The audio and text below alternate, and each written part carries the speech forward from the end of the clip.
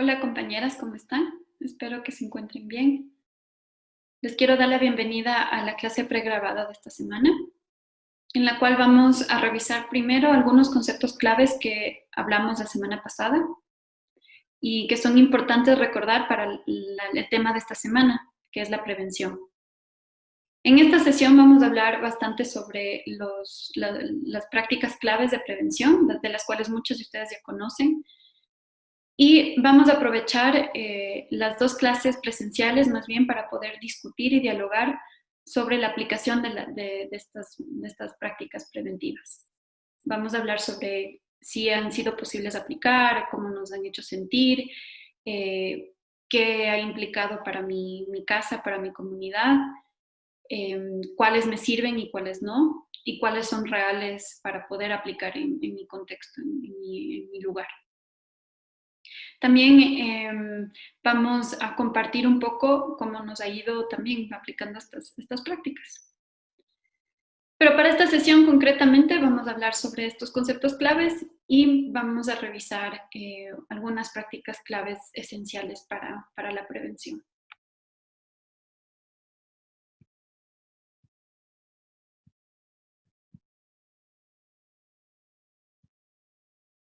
Entonces, algunos conceptos claves de esta semana. Hablamos sobre lo que era un virus y llegamos a la definición de que es un microorganismo o un organismo bien pequeño que tiene material genético dentro. Este material genético es lo que le permite replicarse o multiplicarse, ¿no? Y hay esta otra capa alrededor, que es una capa de proteína que le protege. Ahora, hay muchos diferentes tipos de virus, pero en particular para el coronavirus hemos visto que en su estructura tiene la capa de proteína como estas bolitas que le salen, que le hacen aparentar como una corona. También vimos que los coronavirus han existido por mucho tiempo, ¿no? Y que por lo general son los que nos causan estos síntomas de resfriados y gripes y demás. Y que por lo general la transmisión ha sido de animal a ser humano, lo cual llamamos la zoonosis. ¿Sí? Cualquier enfermedad infecciosa que se transmite desde los animales al ser humano. O también puede ser que un ser humano le transmita una enfermedad a un animal. También se puede considerar una zoonosis. En temas coronavirus, hemos visto que los murciélagos, los camellos, ¿sí? Han sido los huéspedes, digamos, para estos virus. Y en el coronavirus particular, en el que estamos viendo ahora, que se llama SARS-CoV-2, sí, involucra mucho las civetas y los chanchos. Hablamos de cómo también nuestra forma de producir animales o de comprar cafés súper caros está afectando también la salud a un nivel global increíble, ¿no? Fuertísimo.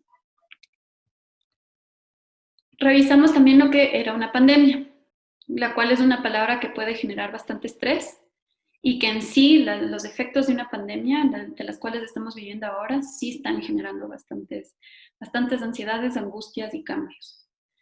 La palabra en sí significa que un virus ha viajado o está en la mayor parte del mundo. Y es importante poder clasificar el coronavirus ahora como una pandemia porque las organizaciones internacionales tienen protocolos y acciones que toman a raíz de llamar a algo una pandemia. ¿Y cómo se volvió una pandemia? ¿No? Hablamos de cómo la transmisión era algo súper clave en la forma en que se contagia, ¿no? Entonces, es muy contagiosa porque se transmite a raíz de las partículas de saliva. Como vemos aquí en esta imagen del estornudo, ¿no? Y en este estornudo existen bastantes partículas, bastantes virus.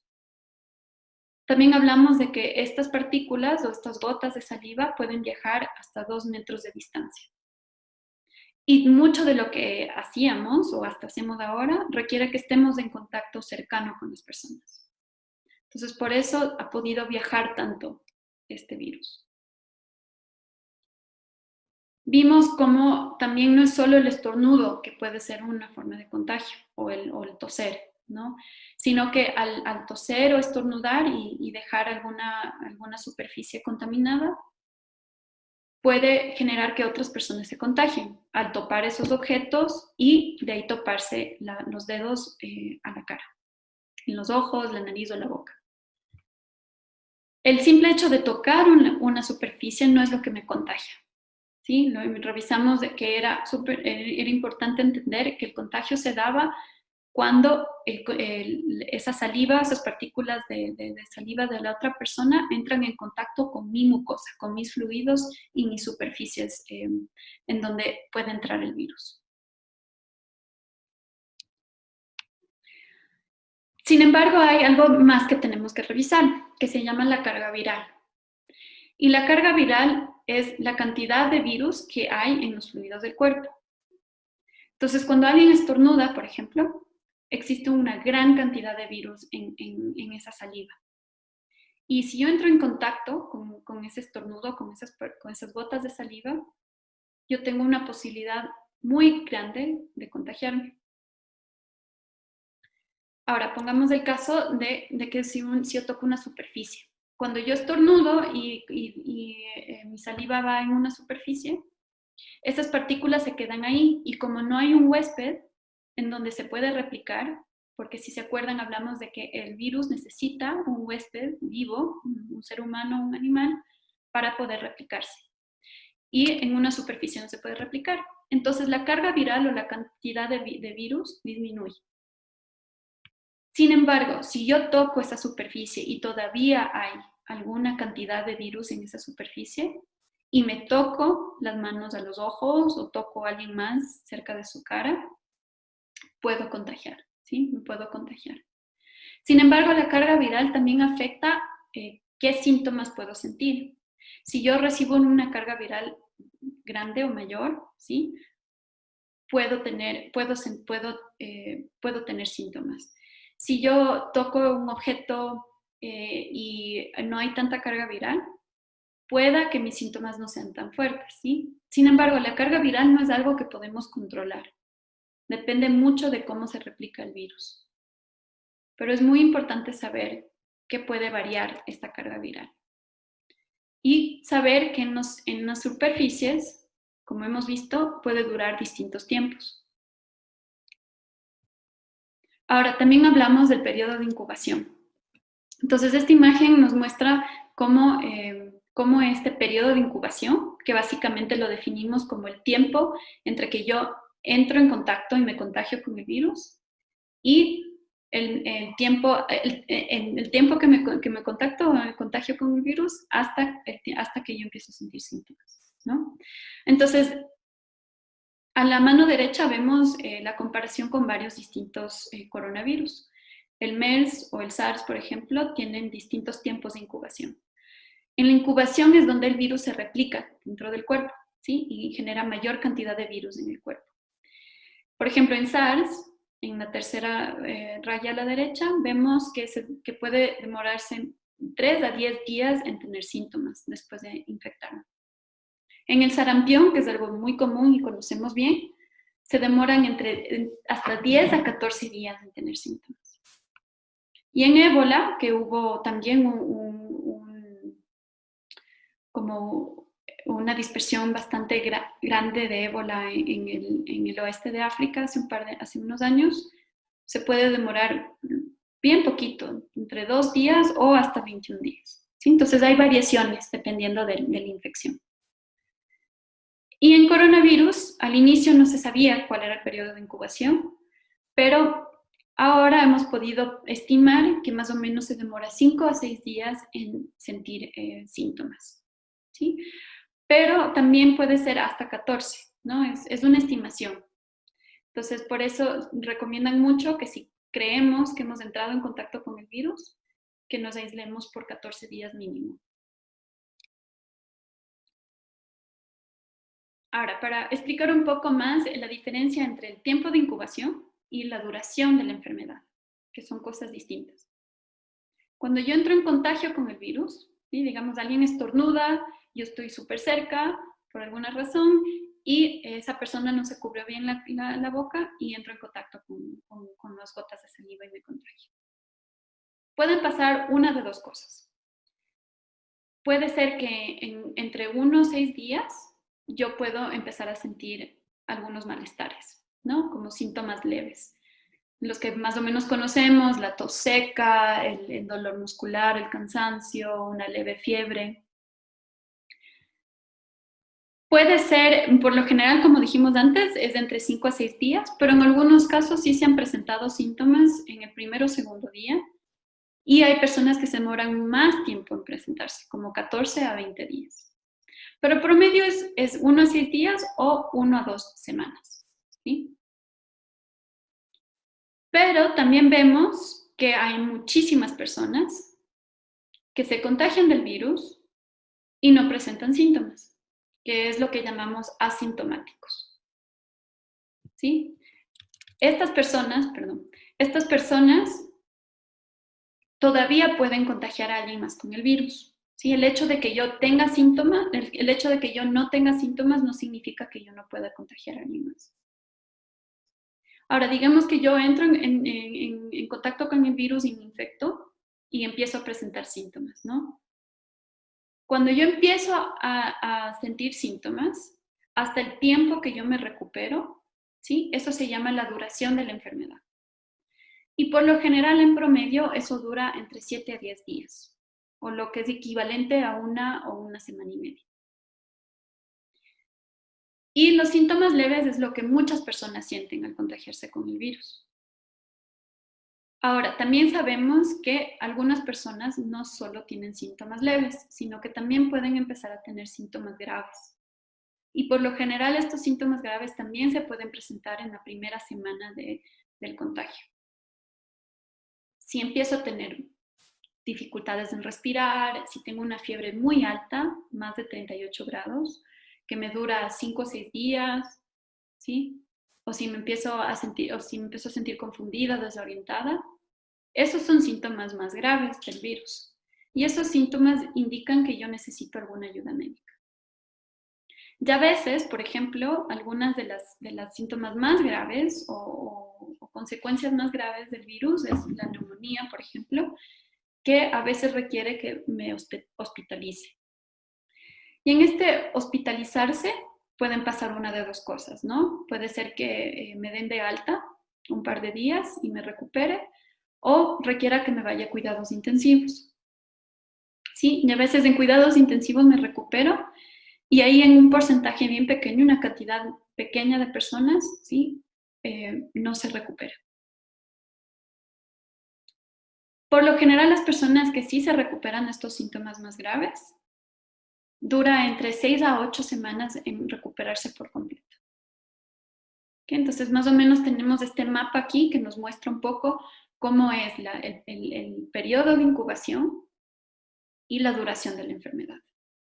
Ahora, esto es en promedio, ¿sí? No todas las personas son iguales y reaccionamos distinto a distintas cosas. Y también tenemos otras condiciones de vida y de cuerpo que pueden afectar la cantidad de tiempo que yo me enfermo y cómo siento yo también estos síntomas, ¿sí? Entonces, tengamos presente eso también, que todos somos diferentes y que sí hay algunos síntomas que son regulares y similares entre todos y todas, pero los tiempos pueden variar.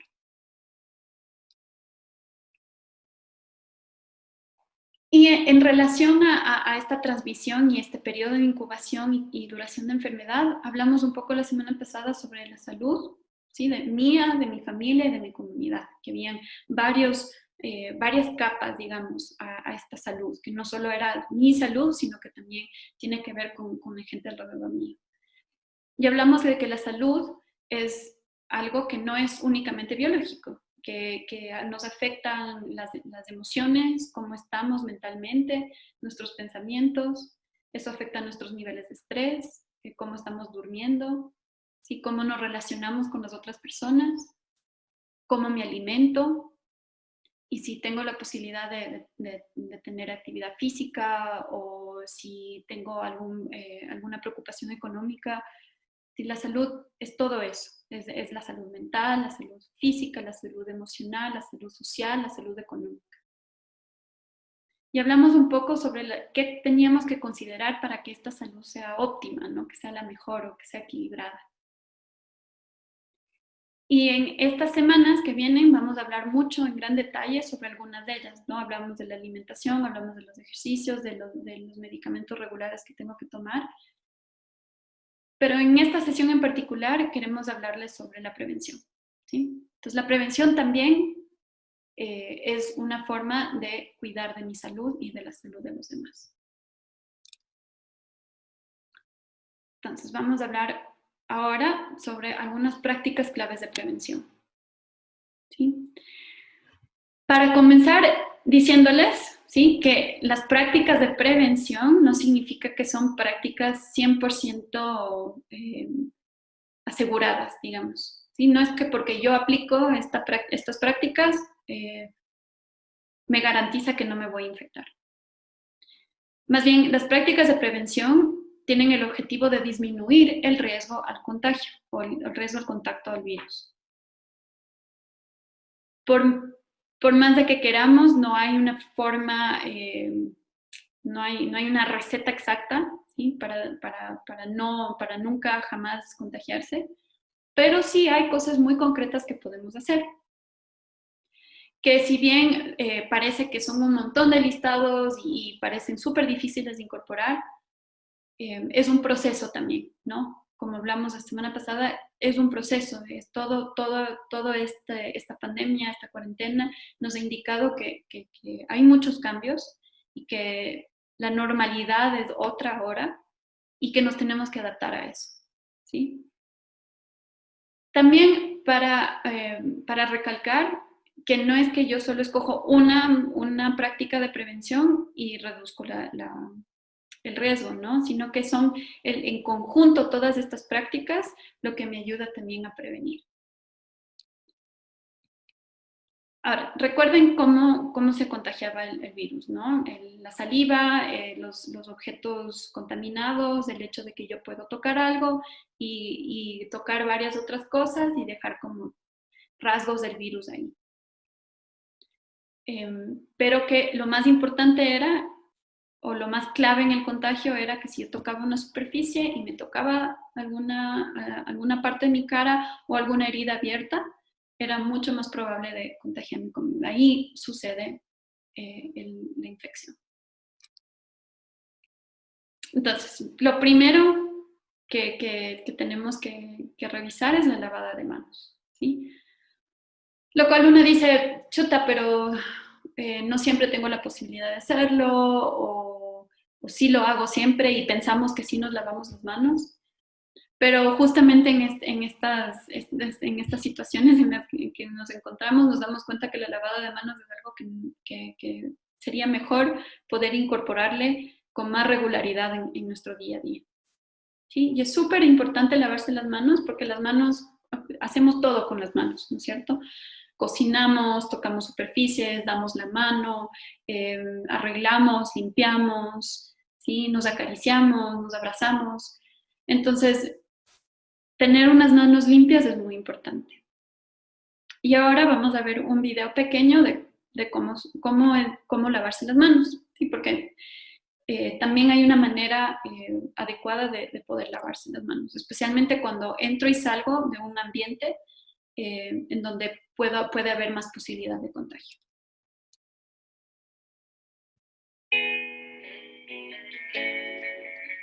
Ahí dice cómo lavarse correctamente las manos. Entonces, si ven, se lava las manos, se enjuaga con jabón y ahora empieza. Entonces, primero las palmas, de un lado al otro. De ahí se frota dentro de los dedos. Sí, porque esas son las superficies que a veces no nos damos cuenta que pueden haber suciedad, ¿no? De ahí de lado a lado, ¿sí? El pulgar, que muchas veces nos olvidamos de lavarnos el pulgar. Y las yemas de los dedos, que esto nos ayuda a lavar las uñas. ¿sí? Especialmente las uñas, porque muchas veces también se pueden generar suciedades debajo de las uñas. Ahora nos enjuagamos, ¿sí? Y esto es súper importante, el secado es igual de importante que la lavada. Nunca voy a cerrar la llave, si ven, él cerró la llave con la toalla. Nunca voy a volver a cerrar la llave con mis manos. Entonces, si es que llego a cerrar la llave con mis manos, porque muchas veces nos olvidamos, ¿sí? Puedo ahí ponerme un poco de alcohol, un poco de gel o un poco de agua o lavarme nuevamente lavarme nuevamente las manos, ¿sí? Para asegurarnos que nuestras manos están seguras. Si es que yo vuelvo a cerrar la llave con mis manos, ¿sí? Vuelvo a contaminar. Si ven que al inicio yo abro la llave con mis manos que vinieron de afuera, digamos. Entonces, si yo toco otra vez esa llave, vuelvo otra vez a tener una mano que pueda que esté contaminada, ¿sí? Entonces, por eso es súper importante intentar recordar cerrarlo con la toalla. Entonces, aquí da unas recomendaciones que creo que sí son muy importantes, es que nunca nos lavemos con jabón de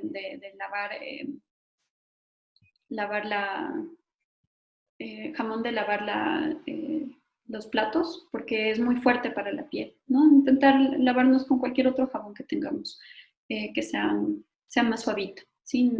Preferible nada que sea para lavar como los platos o la ropa a medida que sea posible, ¿sí? Y cuando me lavo las manos también me voy a quitar cualquier anillo o cualquier cosa que tenga en las manos. Y si voy a usar como papel para lavarme las manos, puedo usar ese papel para cerrar la llave, ¿sí? Si es que no me voy a secar con toalla.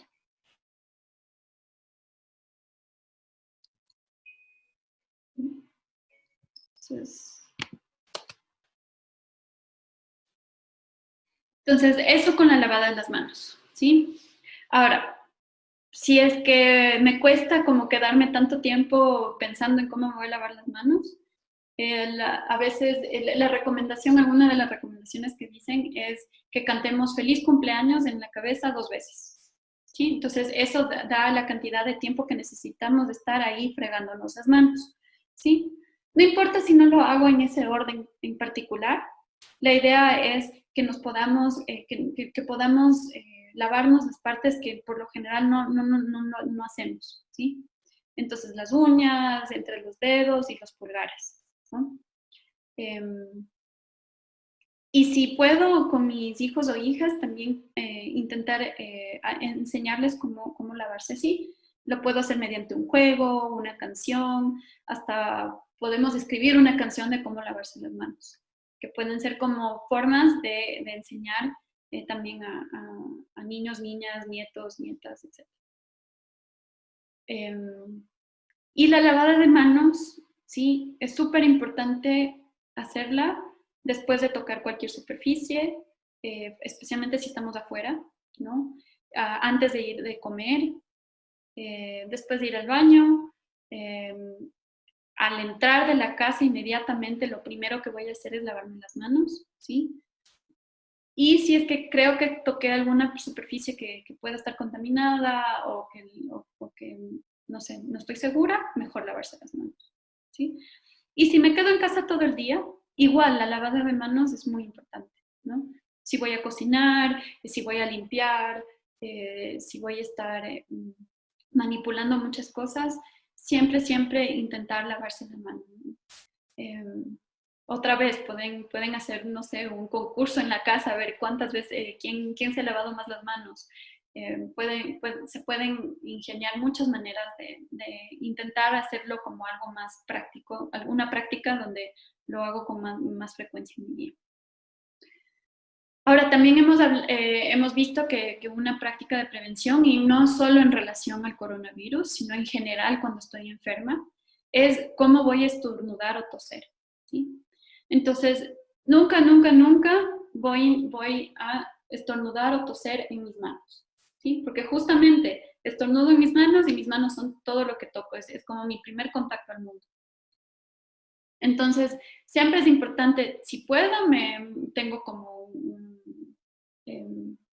un papelito Pero lo mejor es siempre estornudar entre los codos, ¿sí? Justo aquí en el pliegue de los codos. Y obviamente esa ropa que yo uso después la voy a lavar. Y lo otro es no tocarse la cara, ¿sí?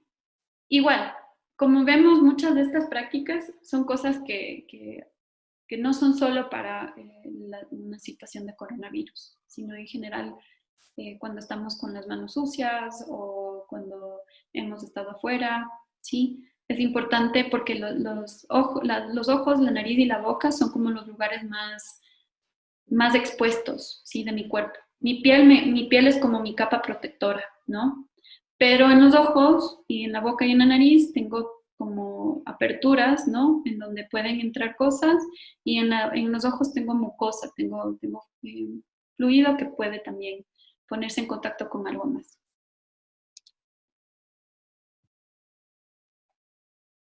Ahora, cuando inició esta pandemia, hablaron mucho de que si las mascarillas eran buenas o no. Y al inicio se decía que no, que las personas que no tengan el virus no usen la mascarilla y que las personas que sí tienen síntomas, ahí que las usen.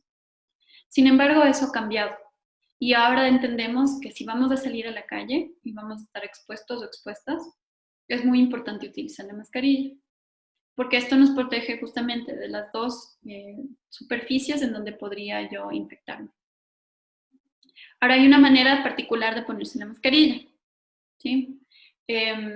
Y lo primero de hacer cuando voy a salir, por ejemplo, es agarrarme el pelo, ¿no? Las que tenemos el pelo más largo. Entonces me voy a agarrar el pelo, ¿sí? Y me voy a asegurar de que tenga aquí un espacio cómodo para poder aplicar la mascarilla. Y aquí yo tengo una mascarilla de telita, ¿sí? Y siempre voy a cogerla de los lados, sin tocar la parte del frente y me la voy a poner, ¿sí? Y cuando me ponga, voy a asegurarme de cubrir la nariz y el mentón, ¿sí? Entonces, de esta manera.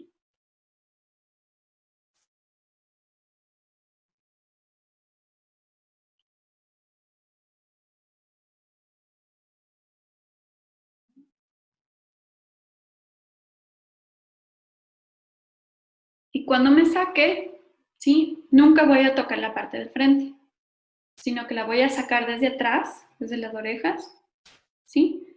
Y si es reusable, la voy a poner en mi área en donde tengo las otras cosas para lavar y desinfectar, o la voy a desechar, si es una mascarilla desechable. También hemos visto que hay un montón de distintos tipos de mascarillas que se pueden usar y al inicio se recomendaba que necesitábamos usar la N95, que son las mascarillas que usan los médicos en los hospitales, o las mascarillas quirúrgicas, o una mascarilla con filtro, una mascarilla sin filtro, ¿sí? Y eso nos genera como un montón de dudas, ¿no? De cuál es la mejor, cuál sí, cuál no. Pero lo que sí sabemos es que lo mejor es poder taparse primero la nariz y la boca, ¿no? Y si no tiene un filtro mi mascarilla, ¿no? Si es una mascarilla hecha en casa, como por ejemplo con una tela de algodón o una toalla, puedo poner un pedacito de papel encima de la nariz primero como un filtro para ayudarme a respirar mejor y para que no entre y salga los componentes que pueden entrar en contacto con la mascarilla y de ahí ponerme la mascarilla, ¿sí? No es necesario comprar mascarillas caras, ni tampoco es necesario comprar una mascarilla que usan los médicos, por ejemplo, en el hospital. El cubrirme la boca y la nariz es lo esencial. Y de ahí cuando salgo, ¿sí? Las mujeres que tenemos el pelo largo, agarrarlo. Si es posible, hasta cubrirlo, ¿no? Si puedo ponerme un gorrito o algo, es mejor, porque el pelo también puede ser una superficie en donde puede entrar en contacto con las cosas. Entonces, si puedo, me cubro, ¿ya? Algunas personas también se han hecho estos protectores de cara, que en su cartilla hay también un video, hay un link, ¿sí? Que pueden meter en el internet, hay un video que muestra cómo hacer una, que protege los ojos. Y también hay un montón de preguntas de que si debo usar esto o no, ¿no? Entonces, ahí yo, y lo vamos a hablar más en estas semanas, pero depende mucho también de qué trabajo tengo, ¿no? En qué estoy haciendo cuando voy afuera. Si es para comprar las verduras donde la vecina o si mi trabajo requiere que yo esté en mucho más cercanía con las personas, ¿sí? Entonces, ahí depende mucho de lo que voy a hacer. Y también una de las recomendaciones al salir de la casa es poder usar manga larga, ¿sí? Algo que me cubra hasta las muñecas, porque esto va a permitir cubrir más partes de mi piel, ¿sí? Ahora, si no es posible hacer eso, o si muero del calor, ¿sí? Tampoco es que es la peor cosa del mundo, ¿no? Simplemente hay que tener eh, más conciencia, ¿sí? De estar más atentas al hecho de que estoy más expuesta y cuando regrese a casa poder lavarme esas partes que han estado expuestos a lo afuera. Ok, entrada y salida de la casa, ¿no? Hablamos un poco de la salida de la casa, como el agarrarnos del pelo, y la semana pasada topamos un poquito sobre este tema de la zona sucia. Al entrar a la casa, lo ideal, ¿sí? Es poder sacarse los zapatos y dejarlos afuera. Ahora, hay alguna gente que recomienda desinfectar también los zapatos, pero esto puede llevar a que yo me exponga más a cualquier cosa que he tocado en mis zapatos, ¿no? La superficie de los zapatos sí es una posibilidad en donde puede existir virus, ¿sí? Pero tampoco me voy a alarmar y fregar y lavar cada vez, sino que lo que puedo hacer es dejarlo afuera y poner un trapito con un poco de cloro y dejar los zapatos encima de eso, ¿sí? Y no exponerme tanto a estar lavando los zapatos y posiblemente entrando en contacto con cualquier cosa que esté debajo de los zapatos. Si es que no puedo dejar los zapatos afuera, los voy a dejar, los voy a quitar, es lo primero que me voy a quitar, ¿sí? Y los puedo dejar en algo que yo sé que no voy a volver a usar o que se puede lavar, ¿sí? O en una zona en donde yo sé que ahí nadie, nadie va a ir o siquiera que mis hijos e hijas sepan que no hay cómo ir, ¿sí? Y también voy a voy a tener como un lugar, puede ser una bolsa, puede ser una funda, puede ser un cartón, puede ser una canasta, en donde yo deje mis cosas personales, todo lo que entra conmigo. Mi cartera, mi bolso, mis teléfonos, mis llaves, mi billetera, eh, y digamos también las compras que quizás hice donde la vecina, ¿sí? Y también voy a intentar quitarme la ropa, ¿sí? Me voy a sacar la ropa con la que salí. Y esa ropa va a ser únicamente para mis salidas a la calle. Y lo voy a tener también en un lugar, en una bolsa, en un cartón, en lo que yo encuentre que no voy a volver a usar, ¿sí? O la que puedo lavar otra vez, para dejar esta ropa y los objetos. Y lo primero que voy a hacer es que me voy a lavar las manos, ¿sí? Y no voy a tocar nada más en la casa. Y yo sé que eso es súper difícil de hacer porque es como un entrenamiento que tenemos que hacer para impedirnos de abrazar a alguien justamente cuando entramos o que si nos viene corriendo mi nieta a saludarme o si tengo un perrito, una perrita, ¿no? Intentar como no tocar es duro, ¿no? Porque estamos muy acostumbradas al tacto. Pero el tener esta práctica de entrar a la casa y lo primero que hago es lavarme las manos es lo mejor que podemos hacer, ¿sí? Y en ciertos casos, poder bañarnos, ¿sí? Si es posible bañarme en ese rato, lo voy a hacer.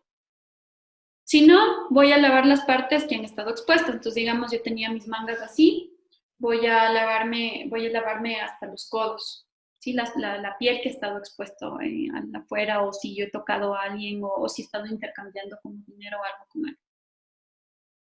Y por último, vamos a lavar los objetos personales, vamos a desinfectar los objetos personales. Que en un rato vamos a hablar un poco sobre cuáles químicos, cuáles cosas podemos usar para lavar. Aquí la imagen dice que se tiene que realizar con guantes, ¿sí? No necesariamente, bueno, si estoy usando químicos fuertes, sí, es mejor que usemos guantes para no dañar nuestra piel, pero siempre, siempre después de desinfectar todo, voy a volver a lavarme las manos. Y sobre el uso de guantes, que es también algo que se ha recomendado como práctica de prevención. Los guantes tienen cosas positivas, pero también tienen cosas negativas, ¿no? ¿Sí? Los guantes pueden protegernos, ¿sí? Si es que estamos en el supermercado o si estamos en contacto con clientes donde intercambiamos dinero o si utilizamos el transporte público. Sin embargo, muchas veces los guantes nos dan esta sensación falsa de seguridad, en donde si me pongo guantes, entonces estoy protegida. Pero igual esos guantes son mis manos, ¿sí? Entonces, si esos guantes yo cojo o toco una superficie que está contaminada y de ahí voy y cojo mi teléfono ya está contaminado, ¿sí? Y puede ser que porque piense que estoy protegida, cuando estoy con los guantes y de ahí me saco los guantes y toco otra vez el teléfono, me olvide de limpiar el teléfono o me olvide de limpiar con más frecuencia las manos. Entonces, hay ciertos momentos en donde sí es importante usar guantes, ¿no? Uno, si estoy manejando químicos que me pueden dañar las manos. Dos, si mi trabajo requiere que yo esté en contacto con cosas muy desconocidas, ¿sí? El reciclaje, la basura, el dinero, otras personas, el transporte público o la superficie o la veranda de la calle, puedo ahí usar guantes, ¿sí? Pero siempre tener presente que esos guantes igual son como mis manos, tratarlas como mis manos. Entonces, siempre poder limpiarlas o con alcohol o con gel, constantemente, ¿sí? Constantemente, cada 20, cada 30 minutos, siempre ponerles algo de gel o algo de desinfectante. Y al quitármelo, estar muy segura de que no me saque, que cuando me saque no toque mi piel. ¿Sí? Y si toca mi piel, igual, otra vez siempre lavarme las manos después de quitarme los guantes. ¿Sí?